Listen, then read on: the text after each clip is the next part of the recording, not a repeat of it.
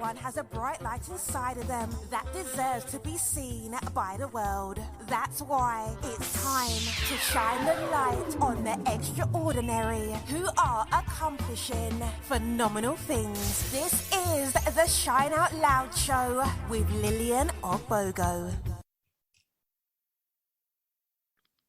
Welcome, welcome, welcome. Good morning, good evening, good afternoon, wherever in the world you are. And yes, it's another episode of the Shine Out Loud Show with me, Lillian Ogbogo. Now, I have a woman that is known as the Voiceover Lady. So before I introduce her, let me say, 2021, you've been an interesting year. You brought all sorts of stuff to us, and now we are at the stage of Omicron, Decepticons. We don't know what you're doing, but 2021, you're not taking us out. We'll let you know we are here. So I have a woman who has been described as the voiceover lady. And somebody says her smile is like $1 million watt smile. It is so bright, but it doesn't compare to her energy.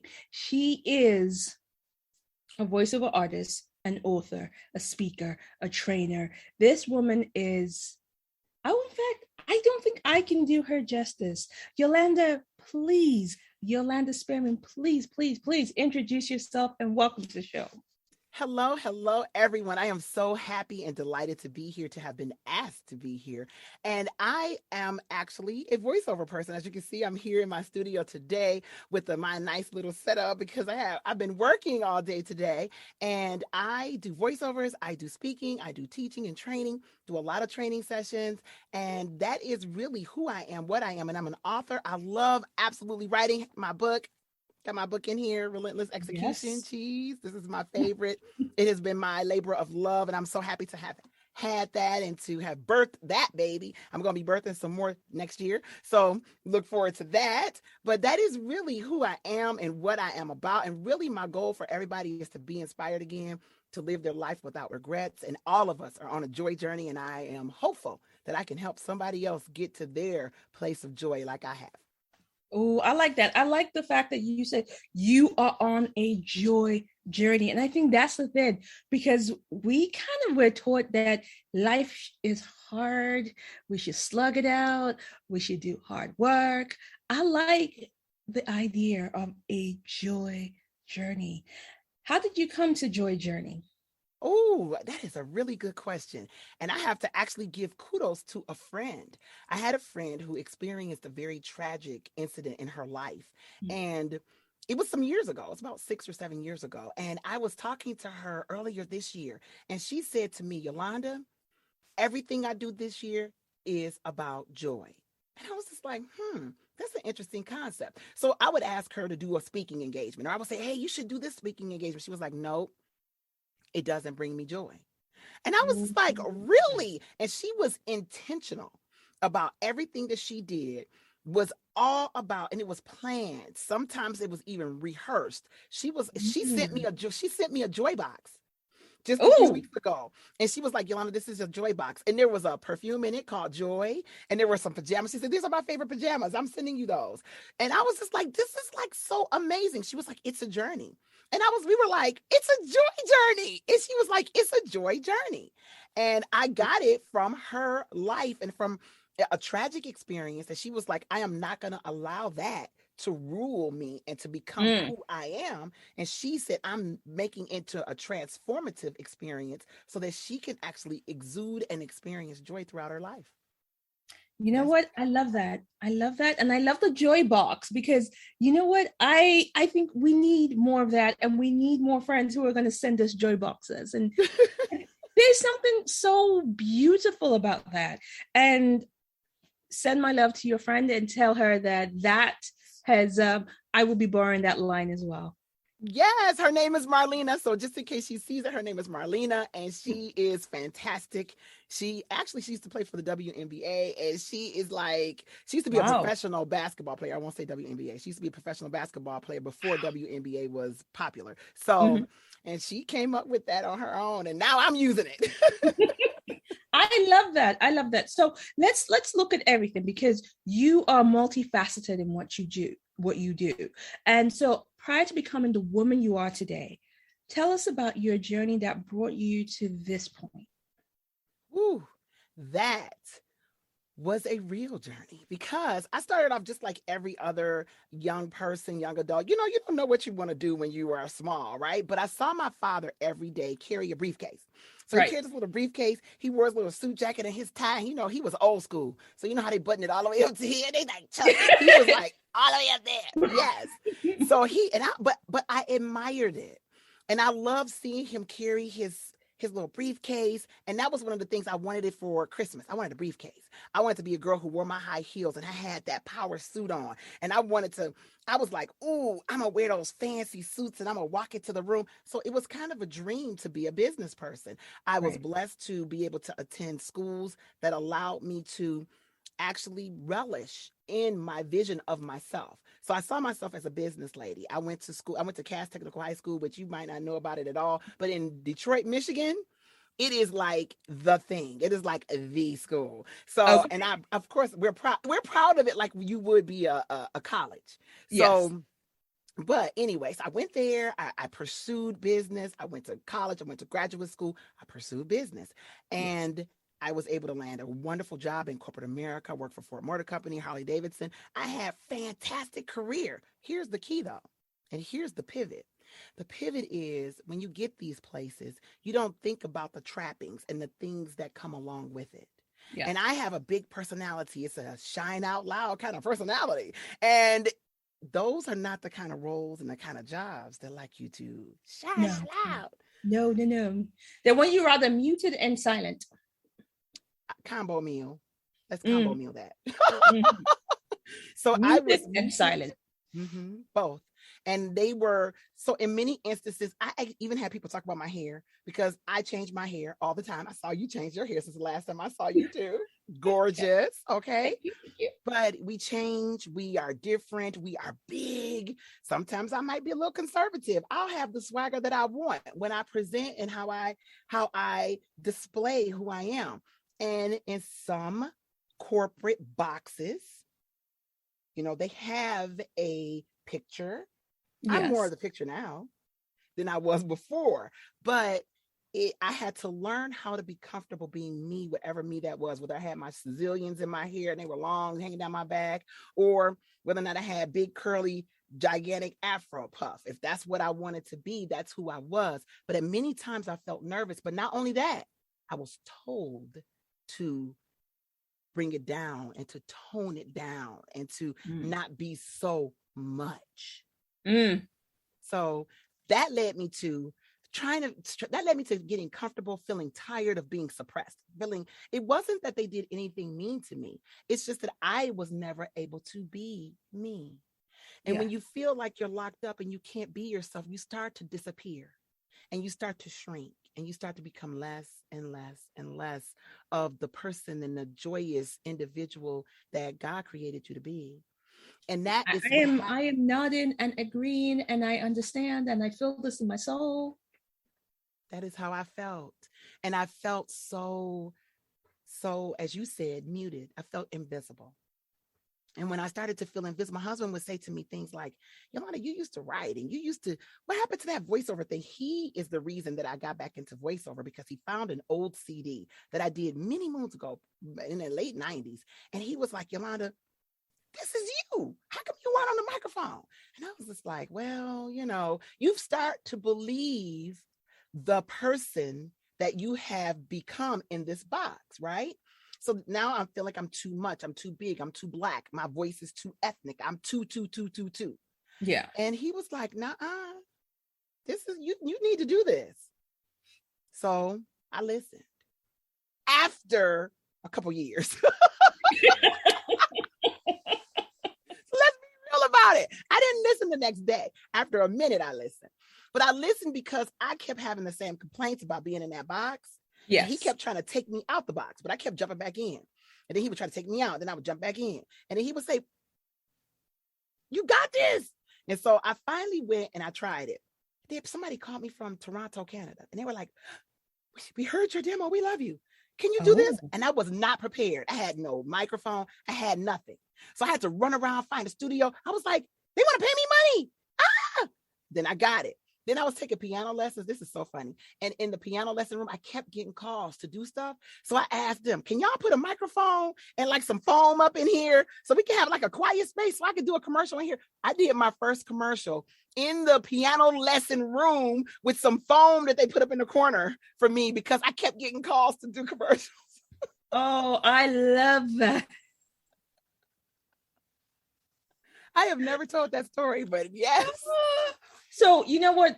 I think first of all, let's take a moment and give a shout out to this piano room, because look at what they've helped create and launch and put out into the world. So we got to give a shout out to that piano room. Yes, to Access Music. They helped me out. They helped the sister out because I was struggling. And they didn't even have the setup for it, but they added it in there just for me.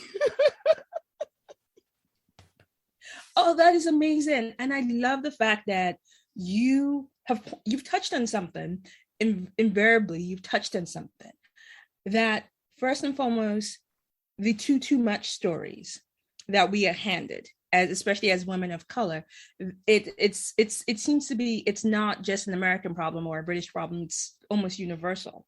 There's this whole expectation on how the world wants us to be, or they think that if we speak up, we're angry. If we show up like this and all of this, oh, it's so unprofessional. And it's like, huh?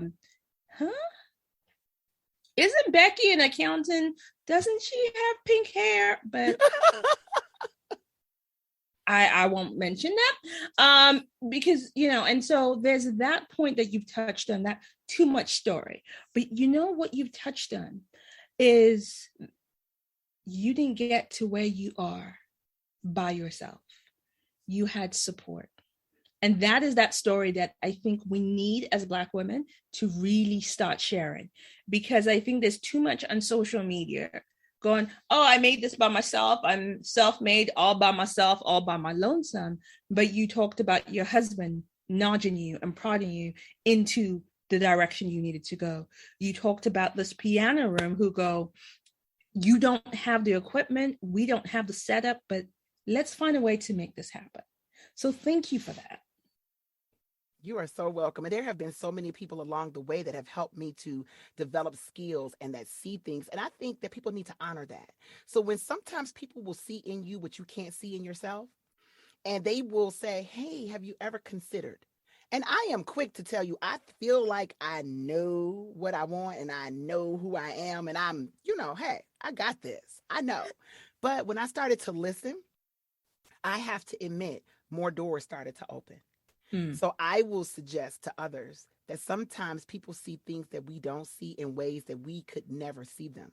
And when we allow ourselves to be more open, I firmly believe in the law of attraction, that when you allow yourself to be open, good things can come to you. Absolutely. Okay, so let's talk about voiceover, because the voiceover industry, when you think about the voiceover industry, we don't immediately think of women that look like us. And they're very far and few between. So I think of voiceover, and I remember as a kid, well, yesterday, discovering that the voice of Angelica's best friend was Cree Summers. And she is one of the most famous Black female voiceover artists. So my question is for you, as a voiceover artist, as a woman of color in that industry, can anyone become a voiceover artist, or do you need to have a unique quality to your voice? The answer is yes. They can resoundingly become a voiceover talent. I will tell you this. There's a couple things I would say to anyone who is interested in their listening and they're like, I want to do it. I'm going to tell you, go for it. Because I always tell people this, there's a top for every pot and a voice for every spot. So there is a different voice for every spot. It's like art. And sometimes they may hear you talk like this, and they'll be like, that's exactly what I'm looking for. You may come in and you talk like this. They'll say, that's what I want. And you may come in and you talk like me, like this. And they may say, that's what I'm looking for. It's not, how do you say it, scripted? Yeah. It is so unscripted. Now, here's the thing. You got to be able to read well, and you have to be able to take rejection, because you get a lot of rejection. I audition early in the morning every single day, and I do like maybe 10 auditions, 8 to 10, 7, sometimes a little bit less every single day. But I have a goal each week of the number of auditions I want to do. Here's the key though. I may do that many auditions, and then here's my conversion, 25 to 1. So after I do 25, I may get one job. Wow. And they don't respond to you. So that's a piece. Like my children, they're 8 and 10. They've done auditions and they've done work. My daughter always gets this. She's 10. She says, Mama, I did a really good job. They didn't respond. Because you just, so we say, you complete it, you send it, and forget it. That's the saying in the industry. Send it and forget it. You just send it and you don't think about it. And sometimes they don't even listen. Okay. So I want people to digest that. So sometimes you'll be like, I put this work in. So what does that tell you? You have to really be able to pace yourself. You have to learn your craft so you understand how to go ahead and do auditions. Choose selectively. Then once you choose, you put it in. Then you don't think about it. If they loved it, because I just got a call. Actually, the job I have today after this one, I auditioned for this in the summer. Oh, wow. And the lady called me back and she had me say a hard name in there. And I was just like, whoa. And she was like, I need you to pronounce this. And I was like, okay. And so here I am. I'm counting my money. I'm like, woo, I got it. No, I didn't hear anything. Then this week on Monday, she sends a note and says, okay, we're ready. I'm tell me, let's book our meeting. Oh, okay. That was 3 months ago. Wow. So, okay. It's one of those kind of things. But yes, people can do it if they're local. I'll be having a class coming out. It'll be a pre-recorded class. It'll be coming out early in 2022. So you can look for that. But also in your local communities, always look in your communities for acting classes and look for beginning voiceover classes. I will warn you, do not pay thousands of dollars for it because you're testing it out and you're just want to see if this is something that fits you. And when you go into that, someone will listen to you. They'll listen to you read. Reading aloud at home, things like my lovely book. Shameless plug. But if you read your book, if you read anything out loud that is very dramatic, it has inflection up and down in your voice, and you start to practice that because that's the key. And just like I'm talking to you online, you do this a lot in voiceover. So today, when I have that next session, it will be a Zoom session, but I'll be reading and recording at the same time. So people have to be comfortable reading aloud in front of people. Of course. This is actually so great. And I love the fact that you're so honest about it and not send it, forget it. But also I think that applies to other things in life because sometimes we're like, oh yeah, we hold that energy. It has to happen. And he's like, well, it hasn't happened. What's going to happen now?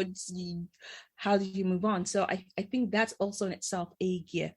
And I'll tell you for free, I did voiceover class. I did acting classes and it was, this is pre-pandemic. It was absolutely nuts. Some of the things that we had to do in terms of exercise.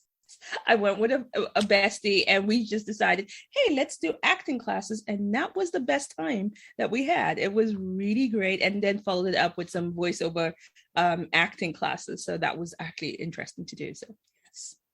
Yay. And I tell everybody all the time, those crazy activities, it is so funny because I do all the face activities, those ones that they probably had you make those funny faces and do sound. I do it. I do tongue twisters. I do those things because your face gets tight, your lips get tight. It's just crazy. You know, the hardest part is being yourself.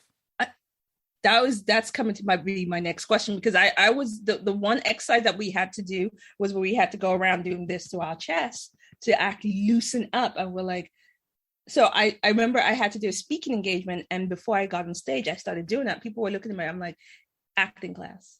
They're like, okay. I get it. I really do. I do.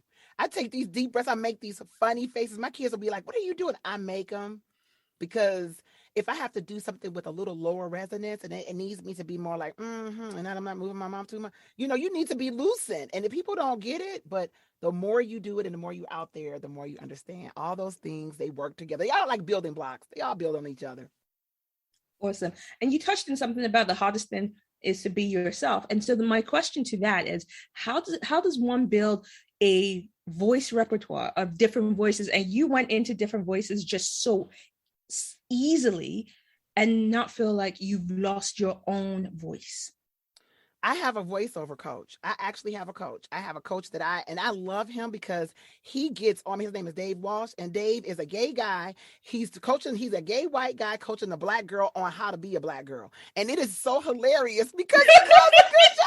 I know. He does a great job. Because when I get off, like sometimes I'll try to get into this voice. He'll be like, who the hell is that? Like, wait, he doesn't like your sexy voice? Yes. I'm like, well, what's he was like, and he'll go, okay, go back. We need to do some exercise because we forgot who we are. And he is actually the one who helped me become comfortable with my sound. Let me explain what I mean.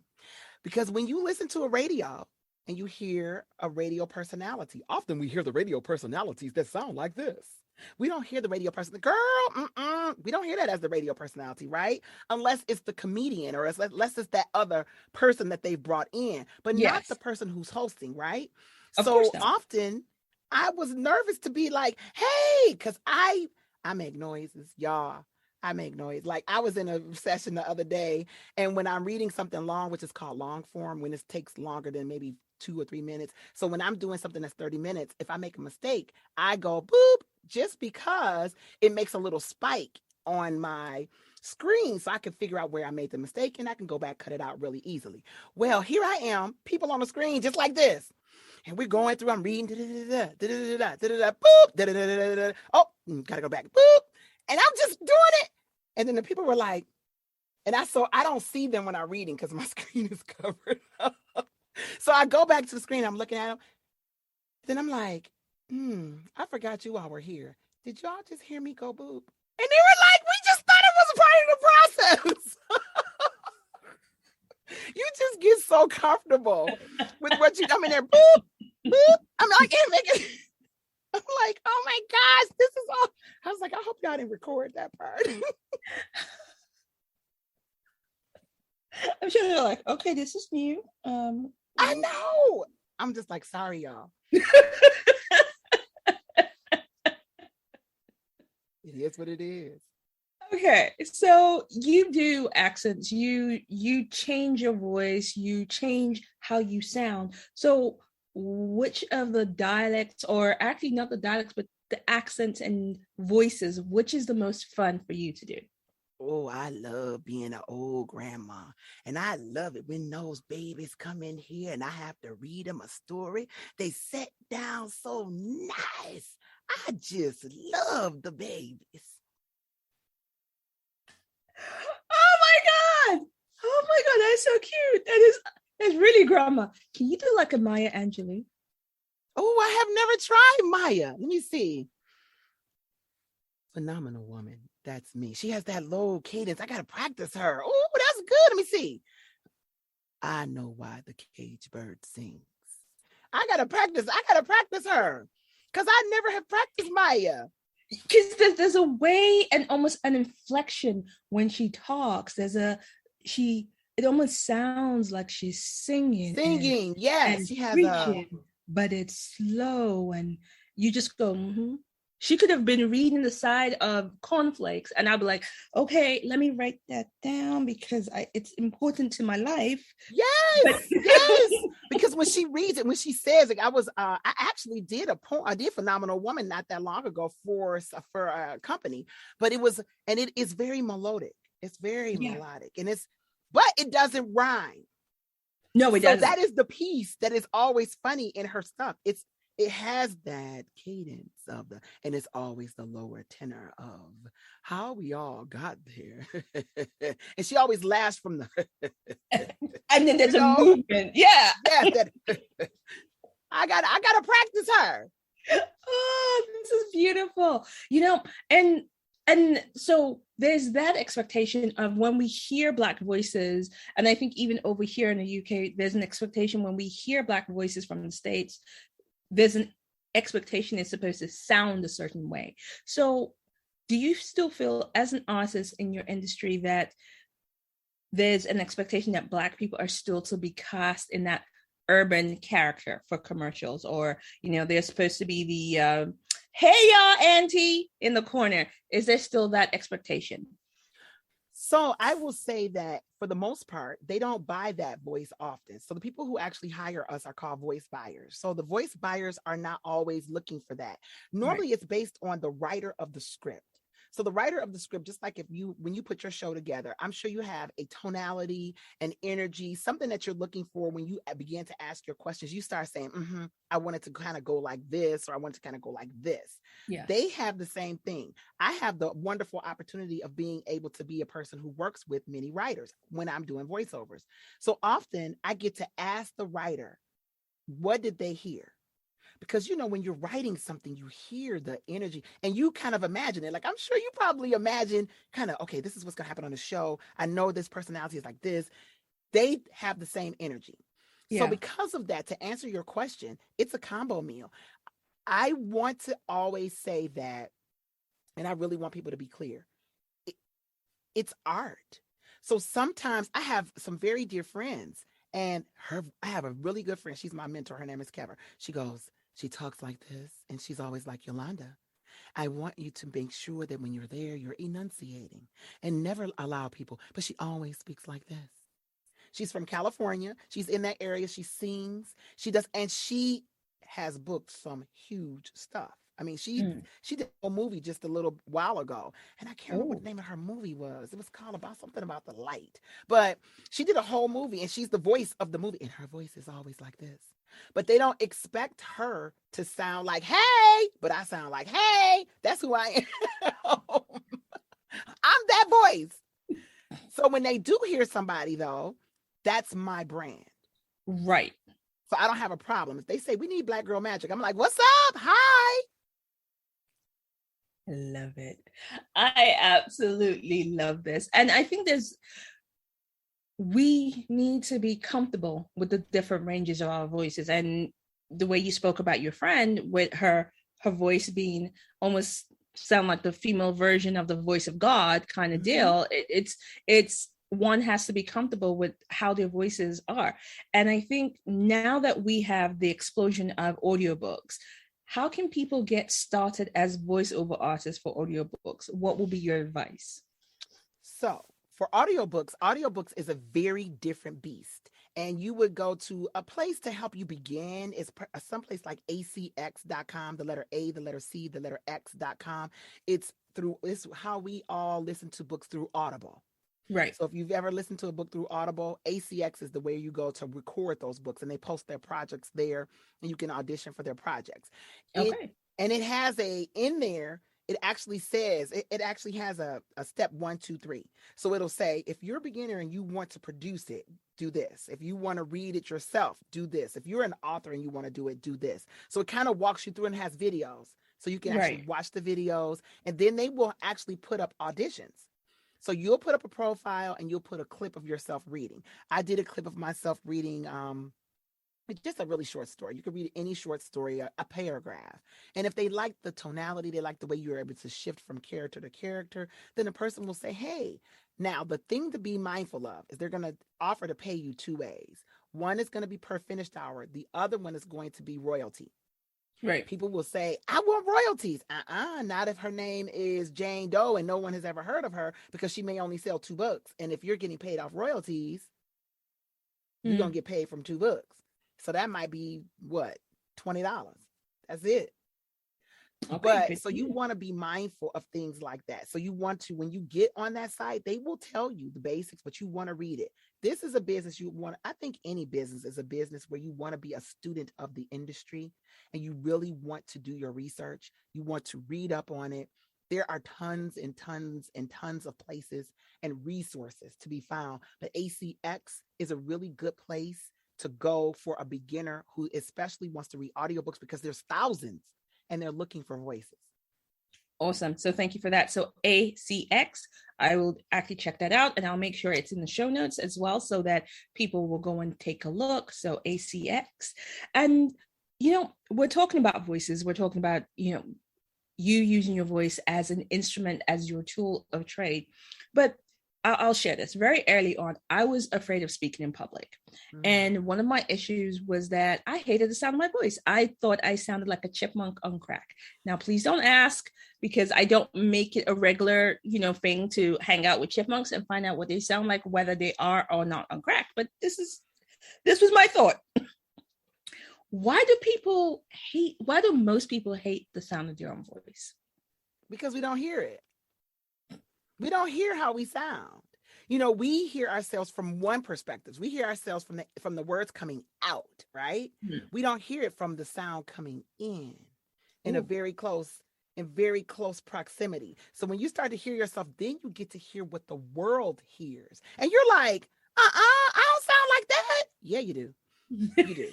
Get comfortable. That's what you look like. What you see in this mirror, that's for real. This is not the skinny mirror. That mirror they got out that make you look thin. This ain't the skinny mirror. This is the real deal.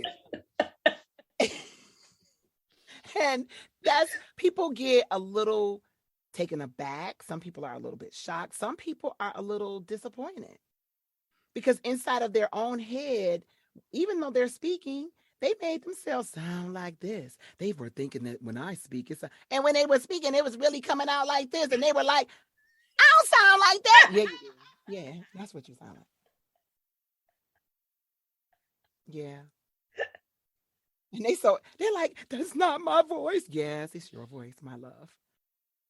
Okay. So, yeah, I'm not sure how to take that down. It sounds like chipmunk and crack. Do I really sound like a chipmunk and crack? So I have to question this with the chipmunks. You do not sound like that. You sound awesome. You sound wonderful. And you know what? I think that's the other piece. We have to just get comfortable with that. Absolutely. And in all fairness, I did the work and I got over myself and I got over the whole story around not speaking in public. But there's a lot of people that if you say, they're like, oh no, I'd rather, there is that piece that says most people would rather be in a coffin than give a eulogy at a funeral. Oh my goodness, gonna make me spill my coffee. That's deep. Yeah, I have not heard that one before, but that is very deep. And as a person who enjoys speaking, it is very difficult for me to identify with that because I have always enjoyed speaking. I do get nervous. I get terrified. Sometimes I even feel like I'm going to barf, but I love it. It's kind of like that thrill of riding a roller coaster. You're like, then when you go down, you're like, oh, let's do it again. I feel exactly the same way. So, you know what? Yolanda, I have to say, having you on the show is so awesome because I love your honesty. You're like, I get terrified. And let's put this in context. How many years have you been a professional voiceover artist and international speaker? So, dang it, I haven't been asked that question. So I started speaking back. So, okay, let me just say, I think it is about I don't want to tell because then they're gonna know how old I am. So I'll say it's over 20 years. It's around 27. Okay. So let's put it in a ballpark of over 20 years. You've been speaking for over 20 years and you just said you still get nervous, you still get scared, you still sometimes feel terrified, and you do it anyway. And I think, again, that's that part that sometimes we are missing because I go back to social media because we're all on social media, whether we love it, loathe it, or we're in between. And we see these things and a lot of people are going, I want to do it, but that can't be me because they look so comfortable. I've even had people go, oh, I've seen you speak and you look so like you make it effortless. I'm like, I know, but it's not because I've been practicing. And I've also been, doing my other things to stop me from being terrified because I know what to do. It's that piece that I think we need to have more of those honest discussions about having and saying, yeah, we are afraid, or yes, I am afraid, but I do it anyway. Yes, definitely. So thank you for sharing that. And we have to also do things to help ourselves. So like I stood in the mirror before this call. I stood in there, I looked at myself. I was like, do I have lipstick on my teeth? oh, shoot, let me make sure I read this again. Before we got on the call, I was reading pieces of my book out loud. I was like, okay, let me just make sure my voice sounds the way I want it to sound. We do things that help. We found ways to cope and to help us get into our space. I think if people find their zone of genius where they can actually get into that moment and then into that energy, then it's kind of like getting ready to dive off a diving board or getting ready to jump into the water. Or let's say this, how the water is super cold and you put your feet in and you're like, oh, I can't do another step. And they're like, just jump in. And then finally you do it and you're like, oh, it's not that cold. Yeah, it's not that bad. Yeah, that's how it is. And that's the truth. And I think that's the whole thing for life.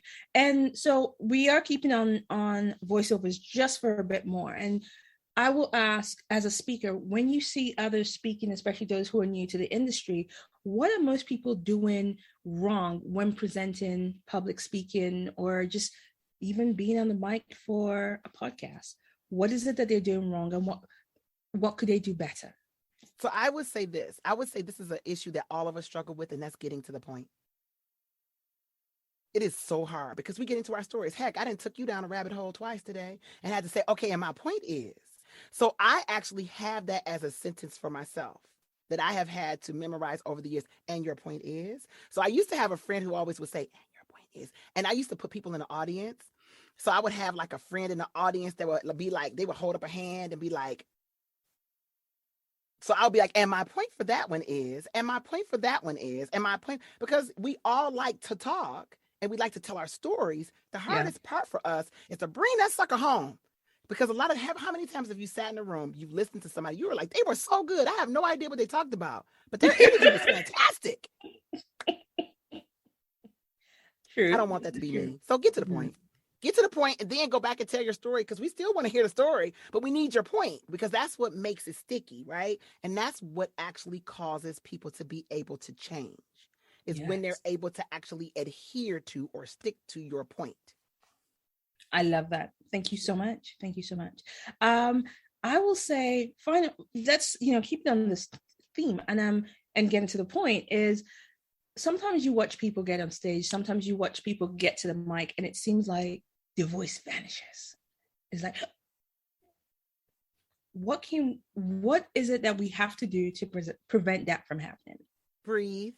And that sounds so crazy, but it's happened to me on more than one occasion. And I remember one specific time I was in front of a very large group of people, and so when I get in front of groups of people, sometimes I will speak extremely fast.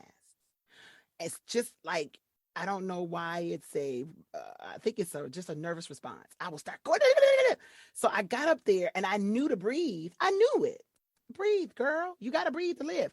But I had a document with me. I don't believe in writing down my speeches. I believe in memorizing them. But I brought a document, and on the piece of paper, it was like a little bitty card. The card just said, breathe. It only had one word on it. So what happened is I had to create a sense for myself. So when I glanced down at the card, I was like, and blah, blah, blah, blah, blah, blah, blah, blah, blah, blah, blah, blah, blah, blah, blah. And I get all into my stuff. And then I looked at the card. I was like, okay. Because what happens is we all will I lose my voice even when I do voiceovers. I actually got a job this week with a really large company, and they said, we almost didn't hire you because your voice trails off at the end of your sentences sometimes. And I was just like, I don't know how to take that. But I said, that happens because we lose air. And as you lose air, your voice naturally goes down because you're running out of air, right? Yeah. And what I had to do was figure out how to breathe. It sounds so stupid and so simple, but really, and people don't know what your speech is. That's the one thing people should always remember. Because they don't know what your speech is, if you stop and pause for a minute, honey, that's drama. They're just going to be like, oh, she was really feeling it. You just go... And then you just take a deep breath. They're just going to feel like, oh, she got into it. I love that. The drama. I like that. All right. So as part of as your voice is your instrument, how do you protect it? Ooh, you need to drink a lot of water. A lot of water, a lot of water. A lot of water. And I'm going to tell you, if you don't, you will actually have things happen. So for instance, for me, I have actually had days where I've had to record because it takes a minute for your body to be hydrated, right? It doesn't just get hydrated as soon as you drink the water. So you drink it and it's ready. No, that's not what happens. You drink it hours, even a day before, and now it's ready. And your vocal cords kind of hit together like this and they flutter. They will only flutter if they're moist. So how do I know this? Because I had nodules, because I didn't do the right thing. I had to have surgery because my voice would sound like this and it would get down like this and I couldn't bring it up. And it was because I didn't care for my voice. So water is key. Tea, I drink a lot of hot tea. Like I'm drinking coffee now. It's caffeinated so it can dry you out, but it's decaffeinated coffee. But I just like the way coffee tastes. So y'all crucify me later, but it's decaffeinated. But I'm drinking it because I have to drink something warm, hot tea. Usually all afternoon, I will drink ginger and lemon. Okay. Ginger, lemon, and not a lot of sugar. I drink ginger, lemon, but you have to, hydration is the number one thing. And they actually have this thing called throat coat. So when I go through, it's an actual spray. And when you actually are having a longer read, so if you're doing long form and you're reading for more than an hour, like I read a book the other day that was around 15 hours, and I didn't do the whole session, but I did 4. And since I did 4 hours, I used throat coat to help to re-lubricate your vocal cords. It's nasty as all get out, but it works. Okay, judging by that face you just pulled, it's not pleasant, people. It's not pleasant. It is not, but it works. Okay, so in your recent Clubhouse chat that you did about the key to success being focused, and I did say we're going to segue away from the voiceovers. How do we reclaim our focus in a distracted world? Because there's so much coming at us. There is. So really, in order to reclaim our focus, I actually just had a session just a little bit ago with one of my voiceover colleagues, and she and I were sitting down to actually refocus. And we were actually talking about our goals. I will say an accountability partner, having someone to help you maintain accountability. Number 2, I would say this, write it down. Writing makes it real. I'd say that in every session I ever do. When you write it, it becomes real. Until then, it's just a wish and it's just a hope, and hope is not a what? Plan. So because we know hope is not a plan, you got to make it one in a world where things are constantly occurring. And then you have to calm yourself. So what does that mean? So when you calm yourself, you actually have to take a moment to allow your mind to settle and to refocus. So for me, I'm an avid reader. I love to read. I like to listen to books. I like to have my space and my time. But that means that you need to quiet yourself, your mind, and your focus. So what does that mean? That means, like, even since I've been sitting here, my phone blinked. I wanted to pick it up. Oh, it blinked. You have to actually take a moment to step back from those things. And then when you quiet yourself, it is amazing. People will tell you, in the shower, they get more revelations, new ideas, and new businesses than ever before. It's not because of the shower. It's because the shower forces us to quiet ourselves and to separate, and what you said, unplug from all that stuff. I always suggest to people to plug into nature. For me, I'm a gardener during the summer. I love to play in the dirt. I crawl around in the dirt and I squeeze and I plant and I just watch things nurture and grow. But I believe in forest bathing and in plugging into nature, because I believe you can be recharged and refocused by doing that. And then that is what will lead you to your accountability partner, who will help you with all those dreams and visions that you saw. Then she's going to tell you, don't go back and write that down, because you didn't tell me a whole bunch of stuff, but ain't nothing on paper. So it's not real yet, because writing it makes it real. And then when you quiet yourself, that's when you're going to get right back into that cycle again. And you're going to have those visions. You're going to see so much. Okay, I love this. And you did say forest bathing, right? I did say forest bathing. Okay.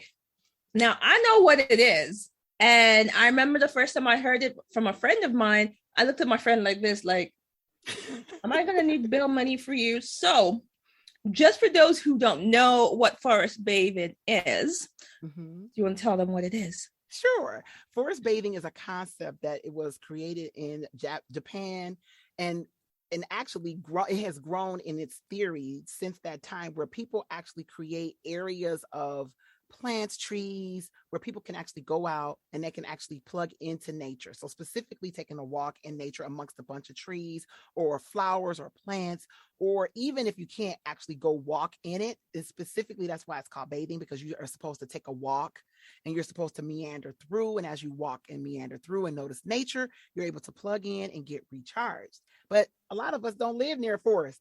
I don't live near a forest. I live near a whole bunch of houses, right? So I'm an urban dweller.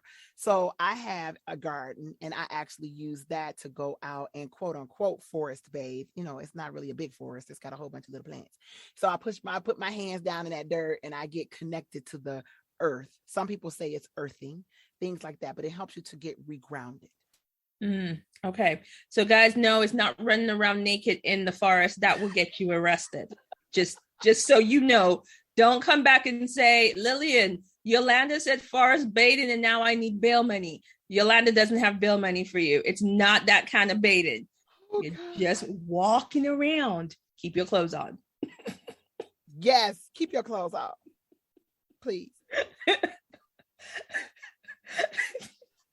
So, we mentioned at the very beginning that you are an author and you have graciously showed us the book, Relentless Execution. So tell us, how does this book come about? In fact, before you tell us about how Relentless Execution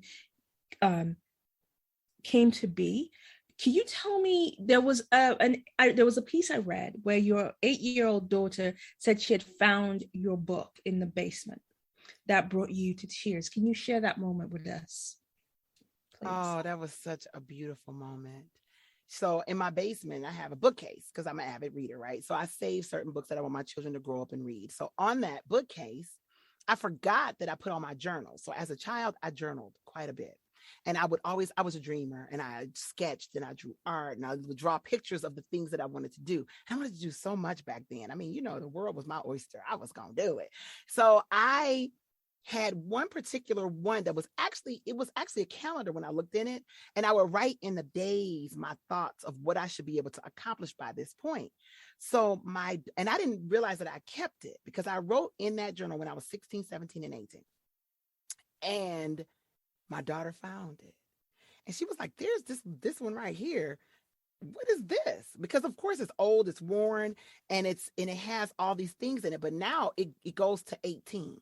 So it's going to college graduation when you're starting to live life, and I'm going to college and I'm telling what I'm going to do when I'm in college. And I'm talking about the businesses that I want to have. I'm drawing the business card because remember I draw in there. So I got a business card drawn in there. I have all these things. And then she was like, what does it say? Because they don't learn cursive writing in school these days. So she like, I can't read this. I'm like, okay, baby, let me help. And so I opened it up and I started to read it and look at it. And she said, why are you crying? And I'm just like, because here's the key. I accomplished more than I thought, but I didn't finish many things that I started. And for me, that pushed me over the edge to finish this book because it was one of the many things that I had started a long time ago, but I didn't finish. And when I look back, because it said I was going to be an author. In the journal, you're going to write books. And it has titles of books in there. And I was just like, I said I was going to do this. And I've been working on several. And I never finished one. Let's start with one. So that is why that moment was so crucial to me. Because it allowed me to see, number one, that I had made more progress than I thought. And number two, remember I said writing it makes it real? Yes. I wrote it. And when I wrote it, I was able to go back. And she found it. I didn't. And now I'm able to hold on to those things. And some things I forgot about, I was like, I should still do that. It was real. It became real because I wrote it. Yes. I am a firm believer in writing it down. And that when I read that, I felt that. I felt it for your 8-year-old self. I felt it for your daughter. I felt it for you. And I'm glad your daughter found that book because I believe is what led you to finish Relentless Execution. It is. It is definitely. And I was so happy because the way I create, like any other writer, you hear it in your head. You kind of see a vision and you kind of hear it. It kind of sounds hokey, right? So you're here and I'm sitting and I'm writing, and I got up super early. So I would get up around 3 o'clock in the morning, and I would sit and I would write until the sun rose, so I would have enough time to write. So I would sit there. And so how do you get inspiration as a writer? So you're sitting there, and I'm sitting there and I'm drinking my beloved cup of coffee. I love coffee, just in case you didn't notice. So I'm sitting there drinking my coffee and I'm thinking about how things tie together. So you start writing out just an outline of the things that you want. What are the things that help you move from point A to point B to point C? How do they get there? And then I'm thinking about moments. So really, I write the book kind of from some points of memory. Just because when I talk about my husband in the first chapter about doing what makes you happy, I remembered standing in the garage. I'm standing at the door of the garage. I'm like, dude, you're on the ground. It's 40 degrees. It's 30 degrees. It's cold. And he's like, oh, I just need one more minute. I'm like, I got your dinner. I even bought him a table. I bought him a pub table just so he can have dinner in the garage, because he just liked me. That was his passion. He doesn't get paid a nickel. And I was like, I learned so much. Here I am a lady with several degrees, several licenses, and several different things. Here I am learning from a guy without one. I sat there and I observed him, and he was in the zone. You know how you get into that zone where you are just totally focused? Yep. He couldn't even hear me. The house could have fell down. He wouldn't have known. He was under his race car trying to fix one little widget. And he was like, I just can't get it fixed. But I know if I do this, I might be able to do it. And I was just like, you're going to sit here for hours and work on that widget? That don't make sense. But he was in a place where he felt what? Joy. 100% peace. And he was in his zone of genius, and he loved it. He was doing what made him happy. And I learned that he told me this. I work an everyday job. I'm a regular guy. I work a job. I'm a heavy repair mechanic. And you know what? I love my job. And I said, why? He said, because it allows me to do more of this. And I'm like, what? I get to think. He said, because this job over here is like Groundhog's Day. I do the same thing every day, so I can do it with my eyes shut. He said, but I get to solve problems, because when I'm seeing this stuff, I get to connect it back to this. So he found a way in his every day to do what made him happy, even when he was doing what I was like, I'm supposed to be the educated sister married to the regular man. I'm supposed to be teaching you something. And here I am watching you out here in this garage in this cold, and I got my coat on, and I'm learning from you. I mean, we've been married 16 years, 17 years, something like that. I can't remember, but a long time. And I'm still able to learn and to understand that really life is not as complicated as we make it. This is true. It's funny.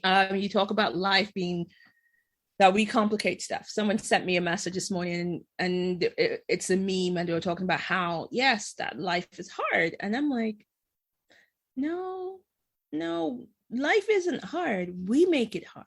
Yes. We make it difficult. Yes. And we then teach others that it should be difficult. And then they repeat the difficulties. And then we celebrate the difficulties. And then we start going on, see, I told you life is hard. But you've just touched on the simple things that give joy, pleasure, happiness, and it's not hard. It's not.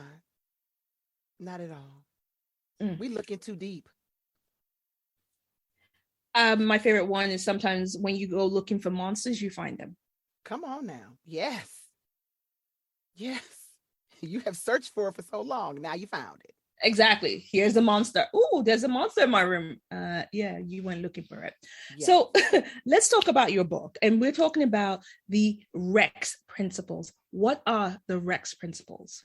Oh, this is so much fun. So my REX principles are my relentless execution principles. And really what they are about specifically is how to actually get your dream from in your brain and just something that you thought about into a plan and then into an action.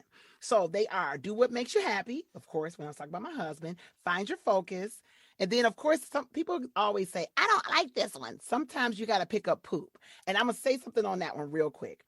Sometimes stuff is crappy and stuff happens that's not cool. there are complexities that will occur. There will be people who die. There will be things that happen and you'll be like, oh my gosh, why did this have to happen to me? Okay, so sometimes you got to pick up poop. At the end of that chapter, I say the lady, her name is Amy. She said this, yeah, you pick up poop, you wash your hands and you keep it going. And that's really the message of that whole, sometimes you got to pick up poop. Begin with the end in mind. That one for me is, when you begin with the end in mind, that is when you write out that plan. You understand kind of where you want to end up, kind of the destination is here. You know, some friend asked me a question around this particular one. She was like, Yolanda, if they asked you how much money would you have to make to be enough, what would that number be? That was a deep question. That's a good question. That's a good question. What's enough? So when you begin with the end in mind, so if I know what this number is, so say this number is $1 million. Okay, it's $1 million. So when I get to 1 million, am I finished? I don't know that answer, but you begin with the end in mind. So that's something for people to think about. Then your inspiration must be bigger than you. That's from my kids because I couldn't get pregnant and I had a horrible infertility struggle. But my inspiration was so much bigger than me because I had a dream that I believe was a divine inspiration. I had a dream about a baby one day. My poor husband, he was married to me and he had me waking him up in the middle of the night, shaking him saying, I had a dream we had a baby girl and her name was Zoe. Wake up. And he was like, what the freak? I married this lady and she's cuckoo for Cocoa Puffs already. Sorry, y'all. It happened. People ask me all the time, did it happen? Yes. Was it real? Yes. Did my doctor think I was crazy? Yes. But she still supported me, Dr. Kaplan. She still is my girl. I love her to this day. I saw her a couple weeks ago. She was like, yeah, I remember when you told me you had a dream, you had a baby named Zoe. I thought you were crazy. She did. But I'm not. I got a daughter. Guess what her name is, y'all? Can y'all say it? Zoe. Nah. And then my next one is never give up. That one I use my father as an example, who has struggled through so many hardships, heart transplant, Purple Heart recipient in the Marines here in the United States. He got shot several times. I was like, did any bullet miss you? Come on, dude. You had to get out the way, not stand in the way. But anyway, he got shot quite a few times. And he actually is fighting cancer as we speak, and he is still here. He almost died of some horrible infection that he got. That's a rare infection that only people with heart transplants. He's had a new heart for over 20 years. And they came in the room at the hospital, just as a side note, and asked us, could they write a journal entry in the medical journals about his case because it's so rare that he has not lost his life and that he is still living. He is my example of never give up. Then if you can dream it, you can achieve it, but please write it down. Because I always say, if you write it, that makes it real. That's my big one. And then fuel your passion with people who surround you. That is so important because what you said was so true. We really want people around us who can help us to get to that next level. And we don't do it alone. We use people as springboards to help us get to the next level. And then we should also be a springboard to help someone else get to the next level. And then my other one is execution, put the pedal to the metal. Here's the deal. My daughter found that journal and I finished the book. So out of her finding the journal, I was able to finish the book, but it was because I did it. I did it relentlessly. Every morning I got up. Yes, I was crazy. I got up at 3:00 in the morning because I was clearest at that time. But I got up at 3 and I wanted to write from 3 to 6. And I wrote from 3 to 6 until I finished. So for me, that was my execution. And that was what it looked like for me. So however it looks for somebody else, it might be different. And then my last one says, get your vision checked. And the reason I put down, get your vision checked, is because sometimes I'll just say this.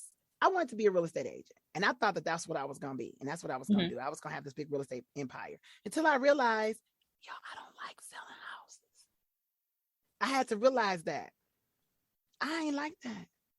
So, that was my vision of myself. Remember the girl here in the briefcase? She was going to be in front of all these people and I was going to have my thing. Then I thought I was going to be this CEO lady. Remember, I thought I was going to be that, but then they had to be in meetings all the time. I don't like being in meetings all the time. I was like, when is this meeting over? Can y'all get to the point? So maybe I need to readjust. Maybe I need a different pair of glasses that can, focus them suckers in a little bit. Then, you may think that you're going to do other things. You might think you're going to be a singer, but if you can't hold a note, come on now. Let's come on. You just fit me. Yes. So it's not bad, but that's why we need a team that can support us and that can help us understand, that's a good thing that you do, but that's not your strength, but your strength is over here. They telling you in a nice way. Come on now. Let's readjust that vision. Let's get that vision checked a little bit. Like you can't carry a note if it was the last thing you do. Come on now. Do something else. Yes. And if you can't read, y'all, I love you, but voiceover might not be for you. If you can't read out loud really well, and it's good, just keep on reading and keep on practicing. That's all I'm going to say. Now, child, come on now, baby. We still love you, sweetie.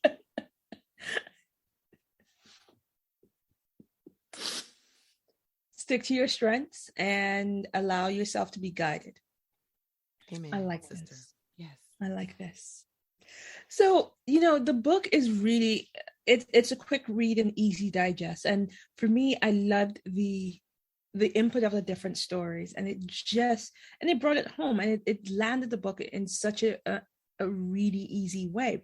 And I think there are things that we need to remember. And I think the book does that so well, because I will say, and this is the thing, there is nothing new under the sun. And sometimes you just need someone to present it in a way that it will stick in the back of your brain. Mm-hmm. And this book does that job quite beautifully. So it's something that I think everybody should have in their home. They should just read it. They shouldn't be on the shelf. It should be right. Yes. Please get it. It's on Amazon and leave a review. Let me know how you liked it. Yes, I think they should. And so, I'm just looking, we have a couple more questions, and at the end of the book, you give some suggested titles for your readers. What resonated with these books that caused you to share them? Well, specifically, I read all of these books. So all the books that are at the end are books that I read. So remember I mentioned earlier that I'm an avid reader. I read them all, but I have to actually go. I'm going to go to my list because there's a couple in there that I read more than once. So As a Man Thinketh, I read more than once. And the reason I read it more than once, and every now and again I pick it back up, is because it's constantly talking about reprogramming yourself to keep yourself with a positive mindset. That to me is crucial, because you're going to come up with difficulties. You're going to have some challenges. Did I put the E-Myth in here? I should have put the E-Myth in here because I read it about 10 times. The E-Myth is so good. And the reason that the E-Myth was so good is because we have this vision of what being an entrepreneur is going to be and how it's going to work out. And the E-Myth is very eye-opening. It's what I would say on that one. Yes. And then Everything is Figureoutable. That was kind of a funny read. I enjoyed it, but it was really fun and enjoyable. And then Make Your Bed. Make Your Bed is the last one I'll talk about. And the reason I liked it because of the stories in it. But I also liked it because of the implication of what the stories told. Like there's a story in there where he talks about he was becoming a SEAL, and they would make them become a sugar cookie if they couldn't get to if they couldn't swim around this little island out in San Diego. And if they couldn't swim around that little island within a certain amount of time and they came in last, then he was like, okay, soldier, you're going to have to be a sugar cookie. And what a sugar cookie was, is they had to cover themselves in sand and roll around in sand until every part of their body was covered in sand, every crevice. And then they had to come out, and then they had to say, how you doing, sir? And he would be like, I'm great. And then, how do you feel? I feel great, sir. And then he was like, you feel great? I mean, and what he talked about was the fact that he had to overcome, and then he had to go about the rest of his day with sand in every crevice of his body from rolling around in the sand. I can't even imagine that. But what he learned was the discipline. And he learned that although he had to go through something, he could still succeed and he could still keep moving forward no matter what the situation was. And he could go forward and he could do it. Many people broke, but he didn't. And he talked about how he started off and he would be the person who had to be the sugar cookie with his partner because they were last, but they were getting stronger. And then at the end, he ended up coming in before the other guys did because they had to work harder. They had to work stronger. And that's why you begin with that end in mind. You know you need to be first. Sometimes you might have to roll around in the sand and have some drama happen to you. You might have to be a sugar cookie. But then at the end, you can win. But that one was from the book, Make Your Bed. It was really good. I actually have a copy of that book. I am going to make time to finish reading that. It was good. It was good. So, okay. I was going to say thank you so much for that, because these are some incredible books, and I'm going to put that in the show notes as well.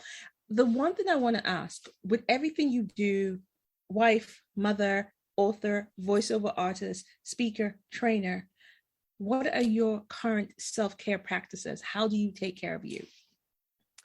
So I get massages regularly. I go to the spa. A woman sorry, after my own heart. I'm not gonna even tell y'all nothing crazy. I go to the spa. I take time out with my daughter. We go get our nails done. We take time out. I really do take time out to vacation. And usually I call my voiceover manager and I tell her I'm on vacation. She's like, what kind of vacation is this? Meaning, are you still going to be doing auditions? I'm like, nope. This is a vacation where I'm going to get in the pool and I'm going to lay down. So I take time to recharge, to separate. And then each week, so we get auditions all the time. So and when you have an agent, you have a manager, they will constantly send you things. So what I do and what they know is on the weekends, unless it's something super, super urgent, don't call me. On Saturday, don't call me on Sunday. And on Saturday and Sunday, I don't come to the basement. I do not come down into my room. I do not record anything at all. I use that time just to recharge and to be with my family. So they know it's going to be, we're going to go to a new restaurant or we're going to do something new, but I do not get into anything. And that's with writing, anything like that. Sometimes they'll get on me because sometimes I try to sneak early in the morning before they're awake. And they'll be like, it's Sunday. We go to church. And I'm like, okay, forget it. Darn it. That's what I do. Okay. All right. I absolutely love that. And my last question, who would be your dream performer for the audiobook of your autobiography? Oh, who would be the dream performer of my book? Yes. One person? Yes. Just one? I know, difficult. Oh, man. I would probably pick a person who was less known because I would want to let a person shine that has never shined before and let somebody new read my book. So I would want to pick a personality that I think is a rising star is what I would do. I love that. I love that. That is nice. That is beautiful. Yolanda Spearman, I cannot thank you enough for being on the show. And it's been an honor and a pleasure. And for everyone, please go out and get a copy of this book, Relentless Execution, because you need it. You need that sticky reminder back of here to remind you to do those things that will take you from planning here, put your plan on paper, and execute it flawlessly. So, to my incredible guests, thank you for being on the show. Thank you so much for having me. It has been absolutely my pleasure and the pleasure of meeting you both. I hope to see you all again soon. And I hope to see the recording because I would love to see it as well. Awesome. Awesome. And before I let you go, because I've just remembered, I didn't ask the one important question. How can people find you? They can find me all over social media under my name, Yolanda Spearman. I am everywhere, Yolanda Spearman. I have my Facebook page is Yolanda Spearman. If you want to tweet me at what? Yolanda Spearman. And if you happen to want to go to my voiceover website just to kind of see exactly what is she talking about, go to yolandavo.com. That's yolandavo.com. And you can see me there. You can even connect with me there as well. Thanks so much. And I hope to hear from you all soon. Awesome, guys. All of that's going to be in the show notes. So, and if you have loved the show, you know what to do. Give us a like, go on to YouTube, all the good places, give us a review. You know what to do. And we will be coming back with another incredible guest. But please go connect with Yolanda, find out, let her tell you how to keep that focus, how to get that calm, how to relentlessly execute. But most importantly, connect with her, because especially if you are a budding voiceover artist, you want to be part of her course in 2022. It's around the corner, folks. Don't say I didn't tell you. So do all of that, and I'll see you same place, same time. And it's a wrap. Bye.